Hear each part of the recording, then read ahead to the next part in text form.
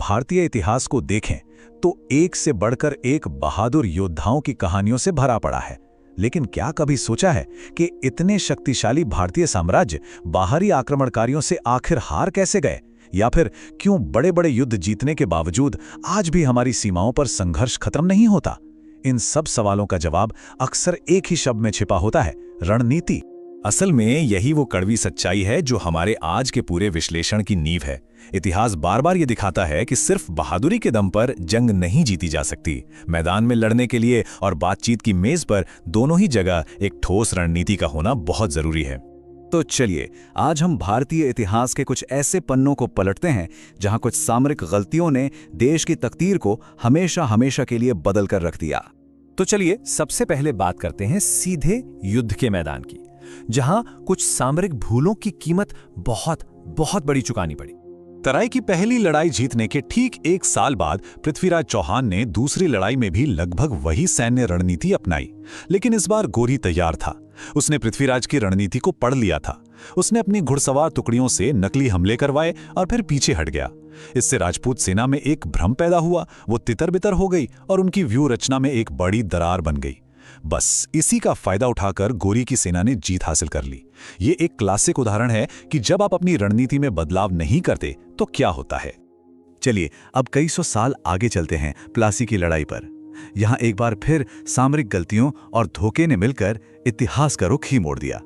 नवाब सिराजुद्दौला की हार का सबसे बड़ा कारण कोई बाहरी दुश्मन नहीं था, बल्कि उनके अपने ही सेनापति मीर जाफर थे। उन्होंने अंग्रेजों के साथ एक गुप्त समझौता कर लिया था और उनकी टुकड़ियों ने लड़ाई में हिस्सा ही नहीं लिया। इससे हुआ ये कि नवाब की इतनी विशाल सेना अंदर से ही खोखली हो गई। और अगर ये धोखा काफी नहीं था तो एक छोटी सी लॉजिस्टिकल गलती ने बचा खुचा काम भी पूरा कर दिया। जब अचानक तेज बारिश हुई तो नवाब की सेना का सारा बारूद भीग गया और उनकी तोपें किसी काम की नहीं रही। वहीं दूसरी तरफ अंग्रेजों ने अपने बारूद को बहुत सावधानी से ढक कर रखा था। मतलब सोचिए, एक तरफ से धोखा और दूसरी तरफ से इतनी खराब तैयारी। नतीजा, भारत में ब्रिटिश राज की नींव पड़ गई। तो चलिए अब उस दुश्मन की बात करते हैं जो शायद किसी भी बाहरी ताकत से ज्यादा खतरनाक साबित हुआ, हमारा भीतर का दुश्मन। 1565 में तालीकोटा की लड़ाई को ही देख लीजिए। शक्तिशाली विजयनगर साम्राज्य शायद दक्कन सल्तनतों के गठबंधन को हरा ही देता, लेकिन ठीक लड़ाई के एक अहम मोड़ पर उनके 2 मुस्लिम जनरल गिलानी बंधुओं ने पाला बदल लिया। उनके इस धोखे ने सेना में ऐसी भगदड़ मचाई कि एक महान और समृद्ध साम्राज्य का अंत हो गया। अब 1857 के विद्रोह को देखें तो यहां बहादुरी की कोई कमी नहीं थी, जरा भी नहीं। लेकिन जो सबसे बड़ी कमी थी वो थी कोऑर्डिनेशन की। ये विद्रोह एक साथ पूरे देश में एक लहर की तरह नहीं फैला, बल्कि अलग अलग जगहों पर अलग अलग समय पर भड़कता रहा। कोई एक सेंट्रल कमांड था ही नहीं जो इन सभी विद्रोहों को एक साथ जोड़ सके। और यही बात हमें इसकी विफलता के मुख्य कारणों तक ले आती है। देखिए, कोई एक नेता नहीं था, कोई एक साझा लक्ष्य नहीं था। विद्रोही सैनिक क्षेत्रीय और धार्मिक आधार पर पूरी तरह बटे हुए थे, और दूसरी तरफ थे अंग्रेज, जिनके पास बेहतर हथियार थे, टेलीग्राफ जैसा तेज कम्युनिकेशन नेटवर्क था, और सबसे बढ़कर उन्होंने हमारी आपसी फूट का पूरा फायदा उठाया। अब हम आते हैं आधुनिक भारत में, और यहां एक बिल्कुल अलग तरह की समस्या देखने को मिलती है, जहां हमारे सैनिक तो जंग के मैदान में जीत हासिल कर लेते हैं, लेकिन हमारे नेता उस जीत को बातचीत की मेज पर भुना नहीं पाते। 1962 का चीन भारत युद्ध शायद इसका सबसे दुखद उदाहरण है। उस समय के राजनीतिक नेतृत्व ने जमीनी हकीकत को समझने में बहुत बड़ी भूल की। भारतीय सैनिकों को हिमालय की कड़ाके की ठंड में भेज दिया गया, वो भी बिना सही कपड़ों, बिना सही हथियारों और बिना एक्लिमेटाइजेशन के।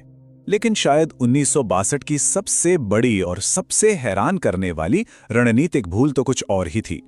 उस समय हमारी वायुसेना चीनी वायुसेना से कहीं बेहतर थी और लड़ाई का पासा पलट सकती थी। फिर भी राजनीतिक नेतृत्व ने उसे इस्तेमाल करने की इजाजत ही नहीं दी। क्यों? इस डर से कि कहीं चीन बदले में भारतीय शहरों पर बमबारी न कर दे। सोचिए, एक ऐसा हथियार जो जीत दिला सकता था, उसे सिर्फ डर की वजह से इस्तेमाल ही नहीं किया गया। अब आते हैं 1971 की उस शानदार जीत पर। भारत ने न सिर्फ बांग्लादेश को आजाद कराया, बल्कि पाकिस्तान के, सोचिए, 93,000 सैनिकों को युद्धबंदी बना लिया। यह इतिहास के सबसे बड़े सैन्य आत्मसमर्पणों में से एक था, एक जबरदस्त रणनीतिक बढ़त। अब सोचिए, हमारे हाथ में कितना बड़ा तुरुप का इक्का था।